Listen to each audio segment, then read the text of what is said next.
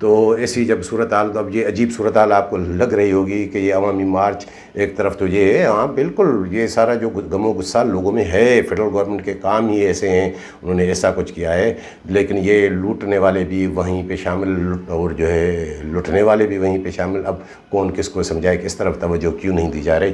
باقی اب یہ مارچ تو چلتا رہے گا، یہ آپ جو ہے 8 مارچ تک وہ دیکھیں گے کہ جب تک وہاں پہنچے اس کی سارا جو ہے۔ اور یہ تھا کہ بڑا شاندار جو ہے مارچ کا آغاز ہوا ہے، لوگوں کا ہجوم، یہ میں نے وہ دیکھا، وہ میں نے وہ کچھ عرصے کے لیے میں نے وہ کور بھی کیا، پھر واپس آ گئے، آپ کے ولاگ بھی کرنا تھا۔ اس کے علاوہ وہ میں نے آپ کو جیسے کہانی بتائی کہ وہ کیا معاملہ ہے کہ یہ سنبھلتے نہیں۔ ایک میں نے آپ کو قصہ بتایا تھا گزشتہ ولاگ میں محکمہ خوراک کا، کہ کشمور میں کیا ہوا۔ کشمور میں وہ ایک بلک شیر شیخ جو انسپیکٹر، اس کی گندم جو ہے اٹھتی ہے، اس میں وہ شارٹیج، یہ سب معاملات۔ تو اس میں ایک بات بتا دوں کہ جب فیصلہ ہوتا ہے، گورنمنٹ ایک کمیٹی بناتی ہے کہ کیبنٹ میں معاملہ آتا ہے کہ گندم جو نیب کے جو ہے کنٹرول میں ہے، جو نیب نے جو ہے رکھی ہوئی ہے، ان میں کیسز چل رہے ہیں تو وہ نکال لیں، باقی وہ کیسز چلتے رہیں گے۔ تو اس کی جو ہے فزیکل کے لیے ایک کمیٹی بنی۔ میں نے اسی وقت بتایا تھا کہ یہ کمیٹی میں میٹی، یہ وہ جو حسن علی مکسی بتاتا ہوں کہ ان کے پپیٹ ہیں، یہ جا کے کیا کریں گے۔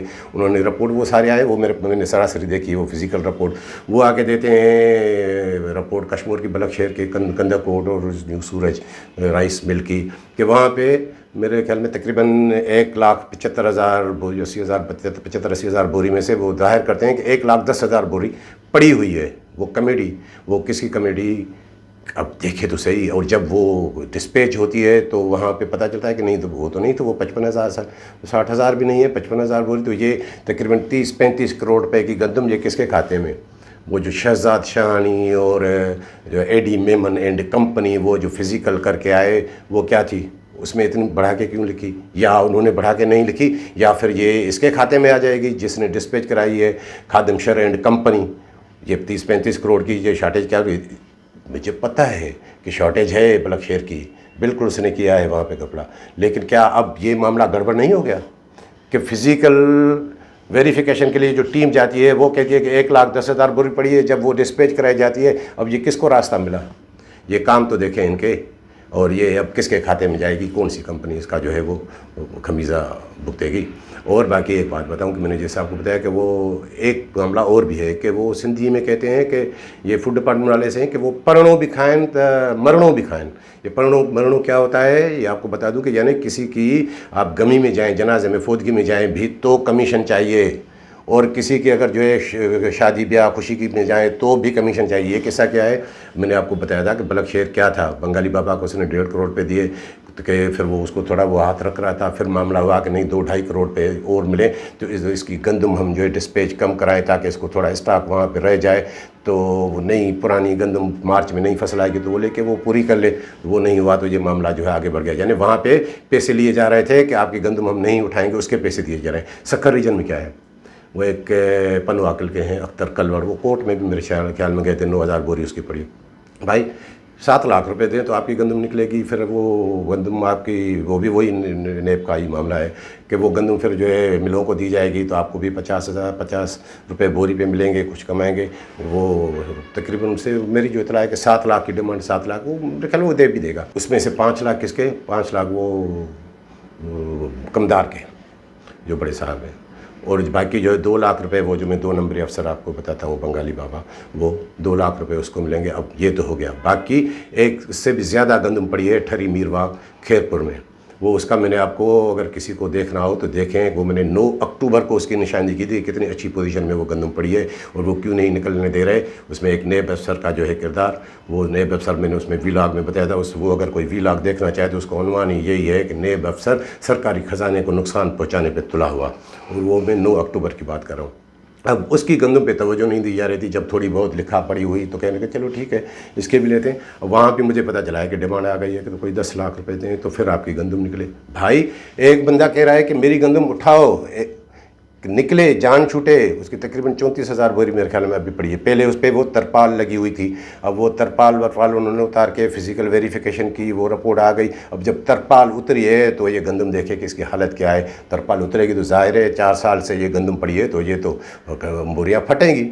اب اگر وہ گندم نہیں اٹھے گی تو یہ پھر وہ نیب والوں کو بھی وہ مل جائے گا جواز کہ ہاں یہ دیکھو یہ گندم نہیں ہے خراب ہو گئی یا شارٹیج تھی یا یہ اتنا تھا. اب وہ ان کو اب اس کو بھی یہ کہ وہ آپ کو پیسے ملیں گے, اگر ملوں پہ گندم جائے گی تو آپ کو تو رقم ملے گی, ورنہ آپ کی گندم جو ہے وہ کراچی ڈسپیچ کریں گے. بھائی کراچی ڈسپیچ کریں, کراچی کو ضرورت ہے, کیوں نہیں کراچی ڈسپیچ ہونی چاہیے, بالکل کریں, لیکن گندم تو اٹھائیں. یعنی یہ دیکھیں یہ مرنوں بھی کھائیں اور پرنوں بھی کھائیں, یہ وہ قصہ ہے یا نہیں؟ مطلب ان کی نیت تو دیکھیں کہ اگر سرکاری خزانے وزانے کی یا یہ نقصان کی کوئی بات نہیں ہے, بس ان کا کام ایسے ہی چلتا رہتا ہے. اور باقی میں نے آپ کو ایک ویلاگ میں بتایا تھا کہ وہ کراچی کی فلور ملوں کو جو ہے 714 بوری کا چالان دیا گیا کہ یہ آپ بھر لیں, یہ گندم آپ کو نہیں ملے گی, اس کے بدلے میں ہم آپ کو 2,000 بوری ایڈیشنل کوٹا دیں گے, تو اس میں آپ کو جو 35 لاکھ دیں گے تو 22 لاکھ روپے وہ اس کے ریکور ہو جائیں گے. اب کیا ہوا ہے؟ اب معاملہ گڑبڑ ہو گیا ہے. اب گڑبڑ اس طرح ہو گیا ہے کہ اس وقت جب مل والوں نے یہ سودا کیا تھا تو اس وقت گندم کے ریٹ تھے تقریباً 6,200 روپے چل رہے تھے. وہ کہہ رہے تھے چلو اس میں گورنمنٹ کا یہ گند بھی نکل جائے گا, وہ چوری ان کی چھپ جائے گی اور یہ بھی ہو جائے گا. اب 55-5600 جب گندم کا ریٹ ہو گیا تو یہ مل والوں کو اب کہتے ہیں کہ وہ بولاڑی سے لیں یا ادھر سے لیں, اگر ادھر جائیں وہ جائیں تو پھر ان کو تو کوئی فائدہ ہی نہیں ہے. وہی جو ان کو گندم تقریباً 53-5400 میں پڑے گی. تو وہ اب وہ مل والے کئی میں نے دیکھا ہے کہ کب وہ چیخو پکار ہے کہ یار یہ کیا ہو گیا 2,000 بوری گندم. اب وہ اس وقت ریٹ یہ تھا, یہ تو ہمارے 45 لاکھ روپے فی مل جو ہے تقریباً 29 کروڑ روپے ہو گئے. اور وہ کس کو فائدہ پڑا؟ وہ فائدہ پڑا اس کو مصدر کو, اور جو ہے اس کو اسلم جو DFC میں نے آپ کو بتایا تھا ان کو فائدہ پڑا. چلو وہ تو کہانی. اب ایک اور بتا دوں میں آپ کو کہ ایک محکمہ خوراک میں ایک اور کردار ہے. وہ کون ہے؟ ایک وہ بغیر سینگ والا زکوٹا ایسو ویٹ تراب سومرو. اب اس کے کام تو دیکھیں, ایک وہ میرے پاس لیٹر آتا ہے, وہ لیٹر لکھتے ہیں کہ وہ نہیں, وہ سنڈے اور منڈے کو بھی جو ہے کھلے رہیں گے گودام, تو اس میں فلاں گودام, اور اس میں لکھتے ہیں یہ 18 تاریخ کا جو ہے لیٹر.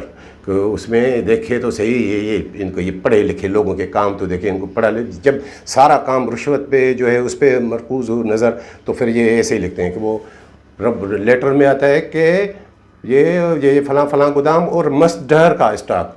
اب مسڈہر کیا اس کے کوئی ذاتی ملکیت ہے, وہ کوئی گھر سے لایا تھا گورنمنٹ اسٹاک, مسڈہر کا اسٹاک. پھر 26 تاریخ کو وہ جو ہے وہ تھوڑا موڈیفائی کر کے اس میں وہ گودام کا نام لکھ دیتے ہیں کہ فلاں گودام کا اسٹاک یہ وہ فلاں تھی.